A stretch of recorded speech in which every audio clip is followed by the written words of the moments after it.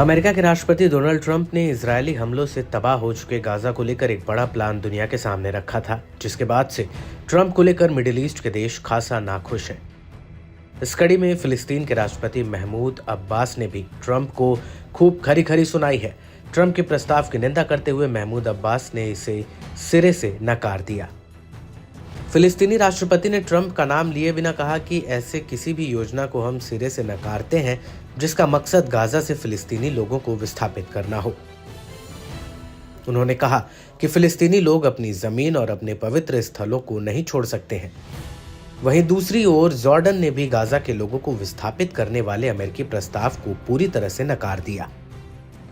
Jordan के विदेश मंत्री ने कहा कि जॉर्डन का रुख इस मामले में बिल्कुल साफ है। गाजा के लोग अपनी जमीन से बेहद लगाव रखते हैं और उनके लिए उसे छोड़ना मुमकिन नहीं है। बता दें कि इजरायली पीएम नेतन्याहू के ही मकसद को आगे बढ़ाते हुए ट्रंप ने गाजा के लोगों को गाजा छोड़कर मिस्र और जॉर्डन जाने का प्लान बनाया था। ट्रंप ने मिस्र और जॉर्डन से कहा था कि उन्हें गाजा के अधिक से अधिक फिलिस्तीनियों को अपने देश में शरण देनी चाहिए। हमले के कारण गाजा में एक बड़ा मानवीय संकट देखने को मिल रहा है। ट्रंप के इस प्रस्ताव से इजरायल खुश था क्योंकि ट्रंप नेतन्याहू की ही राह पर चलते दिखे थे। हालांकि ट्रंप के इस प्रस्ताव पर हमास ने कड़ा ऐतराज जताया है। हमास ने रविवार को ट्रंप के विचार की निंदा करते हुए इसे युद्ध अपराधों को बढ़ावा देने वाला एक कदम बताया। हमास नेता ने कहा कि जैसा कि हमारे लोगों ने दशकों तक विस्थापन और वैकल्पिक होमलैंड की हर योजना को नाकाम किया है, आगे भी वे ऐसी कोशिशों को नाकाम कर देंगे। वहीं गाजा के लोगों ने भी ट्रंप पर अपनी भड़ास निकालते हुए कहा कि इस बात को मानना लोगों के लिए नामुमकिन है।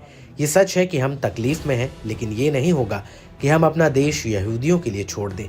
अगर हमें जाना होता तो हम बहुत पहले ही चले जाते।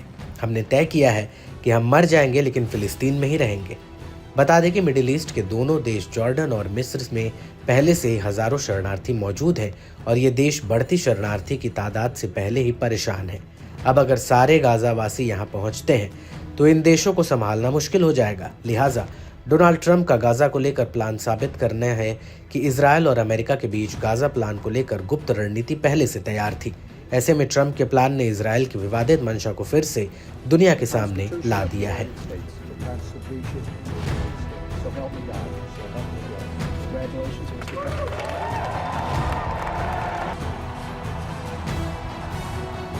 We're going to bring it back fast. So we're going to sign executive orders first.